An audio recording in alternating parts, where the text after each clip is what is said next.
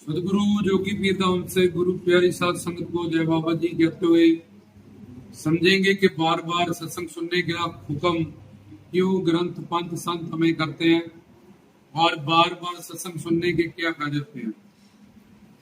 तो मानव बुद्धि जो कि कलयुग में युगों के हिसाब से इसका विवेक कम हो जाता है, यादाश्त की पावर जो होती है। और युगों में सतयुग त्रेता युग द्वापर युग में मानव की बुद्धि में जो बात को याद रखने की यादाश्त की पावर होती है ये बहुत तीव्र होती है। तो जैसे जैसे युग पलटी होते हैं और कलयुग तक आते हैं, एक तो उम्र कम हो जाती है, 60 साल 70 साल मैक्सिमम 100 साल, और ऊपर से जो यादाश्त की वो पावर है वो इतनी कम हो जाती है कलयुगी जीव की, क्या खाया कल क्या पहना, क्या किसी को बोलता बोलता बोलते ही बात को भूल जाता है वो। और दूसरी उसकी आयु कम है, आयु भी कम है और यादाश्त भी कम है, और उसकी इंद्रियों से ज्यादा जो बल है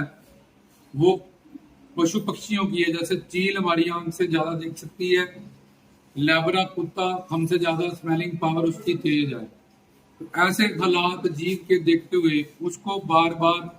सत्संग सुनने का हुक्म इसलिए दिया गया, जो भी सदगुरुओं से वो ज्ञान प्राप्त करे 1 घंटे 2 घंटे या उस प्रवचन के प्रभाव से कुछ देर के लिए उसकी काम क्रोध लोभ मोह अहंकार माया शांत हो जाती है, और उसका असर जितने उसके पुण्य अदे हुए, जितनी शरणागति है उसकी, गुरु के चरणों पे कितनी कृपा है उस पे,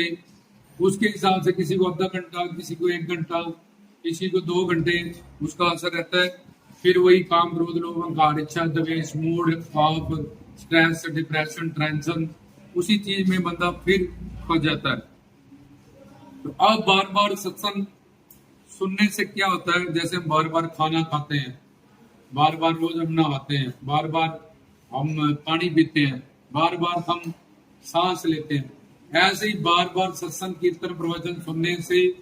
वो घर वो ज्ञान वो सत्संग धीरे धीरे धीरे हमारे अंदर घर करने लगता है, और हमारे मनों में कोश में पड़े हुए पाप अर्जी बसे संत की रचना, जो गुरु के प्रवचन सत्संग से हमारे अंदर के जो शब्द बाण है, जो हमें भारी सेवा करते हैं, हम जब हम समूह कीर्तन करते हैं उसमें जो गहरे पाप होते हैं वो नष्ट नहीं हो पाते, क्योंकि हम इतनी गहराई तक नहीं उतरते हैं। कीर्तन में बैठे हैं, घर परिवार की चिंताओं हमें खाती है, दुकानदारी की चिंता, घर परिवार की, रिश्तेदारों की चिंता, तो हम गहराई ऊपर ऊपर जो छोटे मोटे हमारे पाप है उसको तो हम नष्ट कर लेते हैं, लेकिन जो अंतरीव बड़े बड़े पाप है जिनसे हमें दुख मिल रहा है, कोई लाइलाज बीमारी लग गई है, जो कोई ऐसे काम जिससे हम परेशान हैं, उनको वहां से जलाने के लिए शब्दवान गुरु के शब्द जो है वो परमात्मा के शब्द हैं, वो हमारे अंतःकरण में अंतर आत्मा में घुस के उन पापों को जलाते हैं और भस्म करते हैं। जीव माया गुण माया, 2 तरह की माया होती है। जीव माया के 2 काम होते हैं, एक बंदे को सारी जिंदगी मृत्यु तक बुला के रखोगे तो कौन है, तो एक शरीर और शरीर की दुनिया में ही वो फंसा रहे। एक तो पहला माया का काम ये है कि बंदे को पता नहीं लगने देना कि तू एक आत्मा थी, और आध्यात्मिक जीवन की तरफ, अपने जीवन आधार की तरफ, या अपने जीवन को सफल की तरफ करने की तरफ वो चल नहीं पाता। और दूसरा वो उसको मोह ममता में अटैच कर देती है एंड तक, मेरा ये मेरा वो मेरा ये। तो ये दोनों काम जीव माया के है। और दूसरी होती है गुण माया, जिससे हम कहते हैं काल के अंडर है, 83 लाख में घूम रहा है, माया के अधीन है।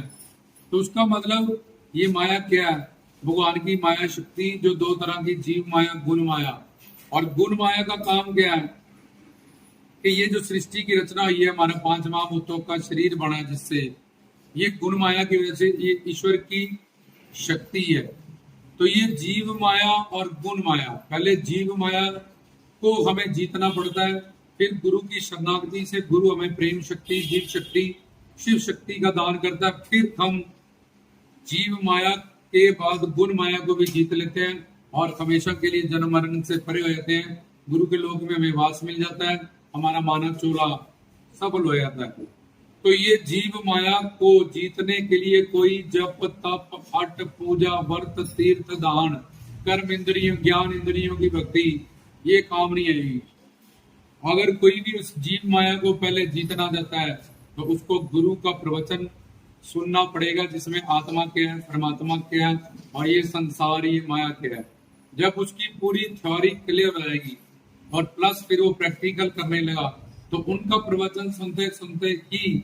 उनका थ्योरी सुनते सुनते ही वो जीव जो जप से तप से हट से पूजा से व्रत से तीर्थ से दान से जिस जीव माया को भी नहीं जीत पाया और काल के अंदर घूमता जाता है 84 लाख में, उस जीव माया को वो गुरु के प्रवचनों से, गुरु के प्रवचनों को सुन के और कानों से वो प्रवचन जो अंतःकरण में हमारे अंदर जाते हैं, हमारे पापों को, ज्ञानता को, अविवेक को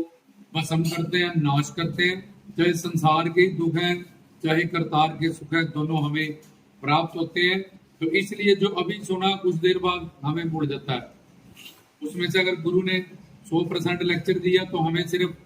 2% याद रहेगा,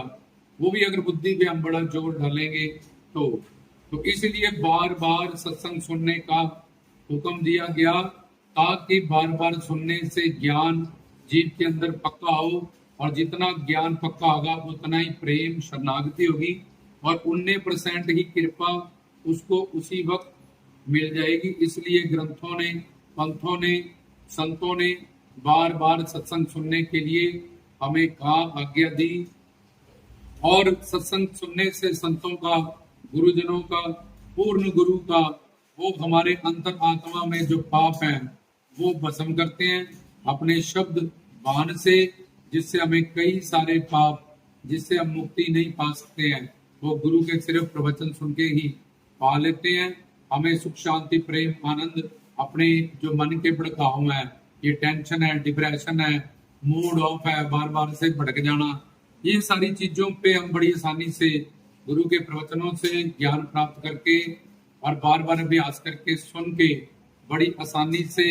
हम इन सब चीजों से, जैसे ट्रैफिक में से गाड़ी निकाल के ले जाते हैं, ऐसे ही हम इस मानव जीवन में, नर नारी के जीवन में, गृहस्थ जीवन में अगर हमने प्रवचन सुना है और सत्संग बार बार सुनते हैं तो हम पे उतने % गुरु की कृपा, उतने % गुरु का प्रेम, करीबी, उतने % शरणागति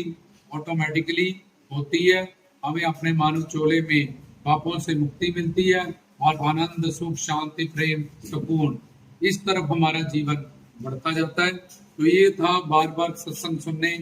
का जो कारण है, और बार बार सत्संग सुनने से, वो भी पूर्ण सदगुरु के प्रवचन सुनने से क्या क्या फायदा मिलता है, ये इस प्रवचन में संक्षेप समझाया गया कि एक तो यादाश्त कम है, एक उम्र कम है, याद नहीं रहता, यादाश्त की पावर कम है, इसलिए बार बार सत्संग सुनना पड़ेगा। दूसरा, सत्संग सुनने से जो भी संसारी हमारी टेंशन है, डिप्रेशन है, स्ट्रेस है, उन सब बातों के सवाल जो हमारे दिल में हमेशा चलती रहती हैं, सुख दुख की, टेंशन की, स्ट्रेस की, डिप्रेशन की, बड़ी आसानी से गुरु के प्रवचन में हमें हर बात का जवाब मिल जाता है। तीसरा, गुरु का शब्द बाण प्रवचन का हमारे अंतःकरण में उतर के हमारे पापों को भस्म करता है और हमें सुख शांति प्रेम आनंद सुकून, संसार के लिए धर्म अर्थ काम मोक्ष, ये चारों पुरुषार्थ भी हमारे सफल होते हैं और मोक्ष मुक्ति के लिए भी हम आगे बढ़ते हैं। रामदास की तरफ से जय बाबा।